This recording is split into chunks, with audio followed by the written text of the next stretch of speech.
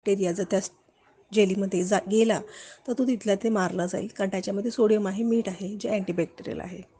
आणि पॉलीॲक्रेलिक म्हणजे fruit sugar, जे आपला जास्तीत जास्त ब्लिडिंग फोर्स जो आहे, स्त्राव आहे, तो सोक करून घेतो. सो याच्यामध्ये 200 ते 250 ml ब्लिडिंग आरामात सोक केलं जातं. हे ब्लिडिंग आपल्याला दिवसाभरात नॉर्मल कंडिशनमध्ये 30 ते 50 ml होतं किंवा जास्तीत जास्त 60 ml होऊ शकतं. सो एक पॅड हे जवळजवळ 3 ते 4 दिवसाचं ब्लिडिंग सोक करू शकतं. एवढी स्ट्रॉंग कॅपॅसिटी या सोडियम पॉलीॲक्रेलिक जेलीमध्ये आहे. त्यानंतर 360 डिग्री रॅप पेपर जो आहे तो आपल्याला ह्या ज्या ब्लिडिंगचं आहे ते बाहेर कुठल्याही प्रकारे लिकेज होऊ नये याच्यासाठी आहे.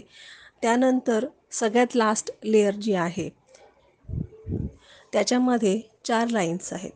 आता या लाईन्स ह्याच्यासाठी आहेत की जेणेकरून हे आपले जे पॅड आहे ते पूर्णपणे ब्रीदेबल असावं, त्याच्यातून हवा येत राहिल्या पाहिजे, पूर्णपणे व्हेंटिलेशन होत राहिलं पाहिजे.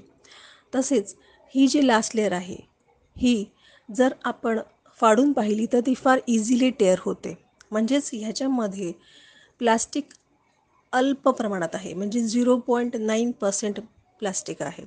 आणि ते ह्यासाठीच आहे की ते आपल्या पॅडला पूर्णपणे चिकटावं, आपल्या पॅन्टीला पूर्णपणे चिकटावं. जर ते पूर्णपणे कॉटन असेल तर ते आपल्या पॅन्टीला चिकटणार नाही. आता ह्याच्यानंतर जेव्हा आपण हे पॅड वापरतोय